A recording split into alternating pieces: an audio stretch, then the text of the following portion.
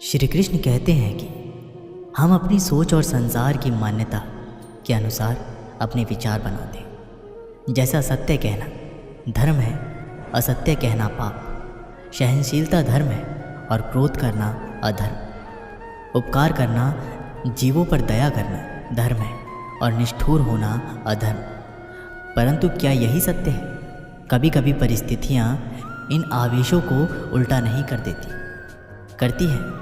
यदि संसार में कुछ धर्म है, कुछ पुण्य है, कुछ महान है, तो वो है परिस्थिति के अनुसार चलना। जटायु याद है आपको, वो जिन्होंने रावण पर क्रोध किया था, उस पर आक्रमण किया था। उस समय जटायु का क्रोध पाप नहीं था, वो धर्म था। इसलिए अंत में उन्हें भगवान राम की गोदी मिली। और कुछ ऐसे भी होते हैं जो धर्म को सहनशीलता समझकर हर अन्याय को सहते हैं और अंत में वो बाणों की सैया पाते हैं। यदि कोई पशु या व्यक्ति अकारण आक्रमण करके किसी निर्दोष के प्राण लेने की चेष्टा करे तो उसकी रक्षा हेतु उसका वध कर देना पाप नहीं, समय की मांग है। क्योंकि आक्रमण भी आत्मरक्षण ही है। यदि किसी दुष्ट की सहायता करने से सामान्य मनुष्य को कष्ट पहुँचे, पीड़ा पहुँचे, तो उसे सहायता ना देना ही धर्म है। अकारण क्रोध अस्वीकार्य है, परंतु यदि क्रोध से कुछ शुभ हो तो क्रोध और दंड भी धर्म ही है। संसार का सबसे बड़ा पाप क्या है? असत्य बोलना, हत्या कर देना, चोरी करना या किसी का अपमान करना। संसार का सबसे बड़ा पाप है किसी निर्बल को सताना, और संसार का सबसे बड़ा दंड भी उस निर्बल के मुख से निकली हाय है। श्री कृष्ण कहते हैं कि आपने लोहार को लोहा पिघलाते हुए तो ज़रूर देखा होगा, और ये लोह पिघलता है इस चमड़ी की बनी धौणकी से निकली हवा से। ज़रा आप सोचिए, एक मृत पशु की आँख में बनी धौणकी इतने कठोर लोहे को भस्म कर सकती है। ठीक उसी प्रकार आप चाहे जितनी भी शक्तिशाली क्यों ना हो, यदि आपने किसी निर्दोष, किसी निर्बल को सताया तो उसके मन से निकली हाय और उसका श्राप आपके जीवन को भस्म कर सकता है। श्री कृष्ण कहते हैं कि जीवन में प्रत्येक व्यक्ति को किसी न किसी प्रकार की निर्बलता अवश्य होती है। जैसे कोई बहुत तेज़ दौड़ नहीं पाता तो कोई अधिक भार नहीं उठा पाता, कोई असाध्य रोग से पीड़ित रहता है तो कोई पढ़े हुए पाठों को स्मरण में नहीं रख पाता। ऐसे अनेकों उदाहरण और भी हैं। क्या आप किसी ऐसे व्यक्ति को जानते हैं जिसे सब कुछ प्राप्त हो और हम जीवन की उस एक निर्बलता को जीवन का केंद्र मानकर जीते हैं? हृदय में सुख और असंतोष दोनों सदा रहते हैं।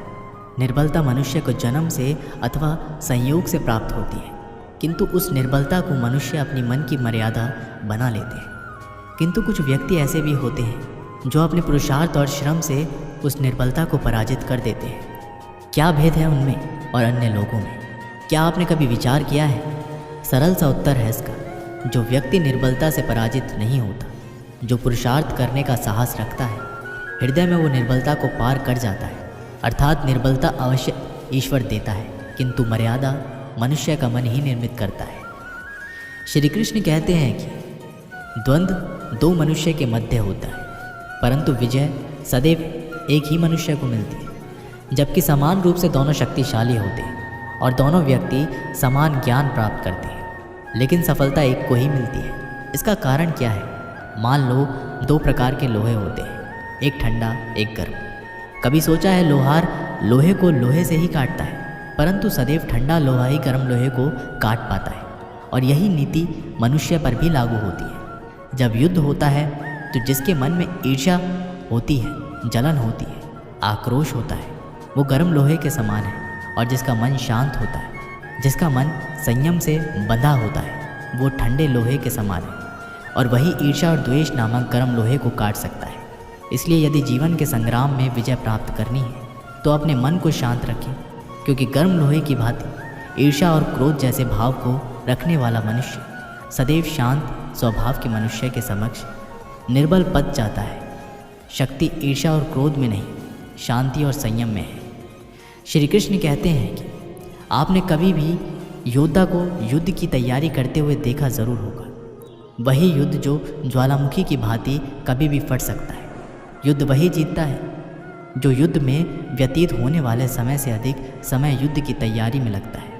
जो योद्धा अभ्यास क्षेत्र में जितना अधिक समय देगा, रणभूमि में उतना ही कम रक्त बहेगा। एक समान लोहा और तीखी तलवार में अंतर यही है कि एक तीखी तलवार को कड़ी अग्नि परीक्षा से होकर जाना पड़ता है, लोहार की मार खानी पड़ती है। एक तलवार जितनी पीड़ा सहेगी उसका वार उतना ही प्रबल होता है। इसलिए पीड़ा से घबराए नहीं, उसका सम्मान करें, उसका अभ्यास करें, क्योंकि यही अभ्यास जीवन के युद्ध में आपको विजयश्री बनाता है। श्री कृष्ण कहते हैं कि यदि आगे बढ़ना है तो अपनों का साथ दो, और ये बात सत्य भी है, और अपनों का साथ देना ही चाहिए। परंतु साथ देने से पूर्व ये अवश्य पहचान लेना चाहिए कि अपने हैं कौन। क्या अपने वही होते हैं जिनके साथ हमारा रक्त संबंध होता है, या अपने मित्र? अपने वो होते हैं जो हमें सद्य कार्य के लिए प्रेरित करें, हमें आगे बढ़ाएं, हमारा साथ दें, और ना कि वो जिनका साथ देने से समाज का नाश हो, धर्म की हानि हो। वो सदैव साथ रहकर भी सगे नहीं होते। इसलिए जब अपनों की परिभाषा का चुनाव करें तो उन्हें अपना माने जो आपका साथ दे, उन्हें नहीं जो हमें अज्ञान के मार्ग पर ले जाए। श्री कृष्ण कहते हैं कि सीमा एक रेखा की नहीं, एक परिभाषा की है। सीमा हर किसी की होती है, प्रेम की, धैर्य की, मित्रता की और शत्रुता की भी। और जो सदैव सीमा से बंधे रहते हैं वो सामान्य मनुष्य बनकर रह जाते हैं, परंतु जो समय आने पर सीमा तोड़ दे वही भविष्य बनाते हैं। क्योंकि सीमा केवल आपको मर्यादा में नहीं रखती, आपको बांधती भी है। अब ये आप पर, मुझ पर, हम सब पर निर्भर करता है कि हम ये जानें कौन सी सीमाएं हमें बांधती है और कौन सी सीमाएं शक्ति के नए मार्ग के समक्ष आती है। इसलिए सीमाएं जो कर सकते हो उससे अधिक करने का प्रयत्न करो, तभी नई सीमाएं बना पाओगे। श्री कृष्ण कहते हैं कि जब मेघ छाते हैं तो क्या होता है? अंधकार छाता है। मेघ गरजते हैं, बिजलियाँ कड़कती हैं, वर्षा होती है। सभी पशु अपने आश्रय स्थल पर जाकर छिप जाते हैं, मनुष्य अपने घर की ओर दौड़ते हैं, और सभी पक्षी अपने घोंसले में जाकर छिप जाते हैं। परंतु एक जीव है जो गरजते मेघों को, कड़कड़ाती बिजलियों को, भारी वर्षा को भी हरा देता है। वो जीव है बाज, क्योंकि वो समस्या की जड़ों के ऊपर उड़ता है। वो गरजते मेघों से, कड़कड़ाती बिजली से, भारी वर्षा से, इनमें यही अंतर है, हारने वालों में और जीतने वालों में। ये युद्ध हार और जीत का नहीं, समस्या और सोच का है। यदि आप अपनी सोच को छोटी रखोगे तो समस्या बड़ी हो जाएगी, और यदि आप अपनी सोच को बड़ी रखोगे तो समस्याएं छोटी हो जाएगी। श्री कृष्ण कहते हैं कि भाग्य क्या है? जो आपने किया उसे भोगना भाग्य है। जो आपके पूर्वजों ने किया उसका फल भाग्य है। नहीं, भाग्य वो है जो आपने की, क्योंकि हर मनुष्य को अपने कर्मों का फल भुगतना ही होता है। इसलिए यदि जीवन में कुछ भी करें तो उस पर अपनी दृष्टि अवश्य रखें, क्योंकि आपके एक कर्म का फल आपका भविष्य बदल सकता है। हम वही बनते हैं जो हम चुनते हैं, क्योंकि वही हमारा भाग्य है। श्री कृष्ण कहते हैं कि मनुष्य सुंदरता से आकर्षित होता है, उससे प्रेम करता है। ऐसे ही होता है ना? क्या आप ऐसा नहीं करते? करते हैं। तो सुंदर और असुंदर की परिभाषा क्या है? एक आकर्षण और विकर्षण का कारण क्या है? कभी सोचा है? कभी सोचा है कि जिससे आप प्रेम करते हैं, जिसके प्रति आप आकर्षित होते हैं, अचानक से उसके लिए मन में वितृष्णा आ जाती है और इसके प्रति घृणा होती है। उसके लिए एकाएक अपने मन में प्रेम उमड़ आता है, और इसका सबसे बड़ा कारण है दृष्टिकोण। क्योंकि सुंदरता आपके मन में होती है, आपकी सोच में होती है, आपके दृष्टिकोण में होती है। इसलिए किसी को कीचड़ में खिला हुआ कमल सुंदर लगता है, और किसी को निर्मल चंद्रमा में भी कलंक का धब्बा दिख जाता है। यदि आपको सुंदर अनुभव करना है, हर पल आनंद में रहना है, तो अपने दृष्टिकोण को सुंदर बनाएं, और अपने आप सब कुछ सुंदर बन जाएगा। श्री कृष्ण कहते हैं स्वर्ण, सज्जन पुरुष और परोपकारी मनुष्य की गति एक समान होती है। यदि स्वर्ण टूट जाए तो उसे गर्म करके फिर से जोड़ा जा सकता है। ठीक उसी प्रकार मतभेद होने के पश्चात भी एक सज्जन पुरुष और महान पुरुष फिर से मित्र बन जाते हैं। परंतु दुर्जन, दुष्ट माटी से बने लोग उस पके हुए मटके के समान होते हैं, जिनमें यदि एक बार दरार आ जाए तो वो स्वयं ही स्वयं का सर्वनाश कर लेते हैं। इसलिए मित्रता केवल सज्जनों से ही करो, ताकि मतभेद ना हो। दुष्टों का समूह अपना नाश स्वयं ही कर लेता है। यदि कोयले की खान में जाओ तो चाहे कितनी भी सावधानी बरतो, अपने वस्त्रों पर कालिक लग ही जाती है। इसलिए दुष्ट मित्रों से सावधान, सज्जन शत्रु प्रत्येक परिस्थिति में श्रेष्ठ है। प्रत्येक मनुष्य सफलता पाने के लिए कार्य करता है। कुछ सफल होते हैं, कुछ नहीं होते, और जो सफल नहीं होते वो सदा अपनी असफलता का कारण या तो अपनी परिस्थितियों को बताते हैं या अपने सहयोगियों को दोषी ठहराते हैं। परंतु क्या वास्तविक में ऐसा ही होता है? क्या कोई परिस्थिति या कोई व्यक्ति किसी की असफलता का कारण बन सकते हैं? उत्तर हाँ भी है और ना भी है। कैसे? आप एक तितली को देखते हैं, आपने एक मक्खी को भी देखा होगा। प्रकृति ने दोनों को समान गुण दिए हैं रसपान करने का, लेकिन एक तितली जो फूलों पर जाकर उसका रस लेती है और इस अवस्था में नए फूल खिलने की व्यवस्था भी करती है, और मक्खी घाव पर बैठती है, घाव को सरासी है और रोग भी फैलाती है। यदि इसमें किसी बात का अंतर है तो केवल सोच का।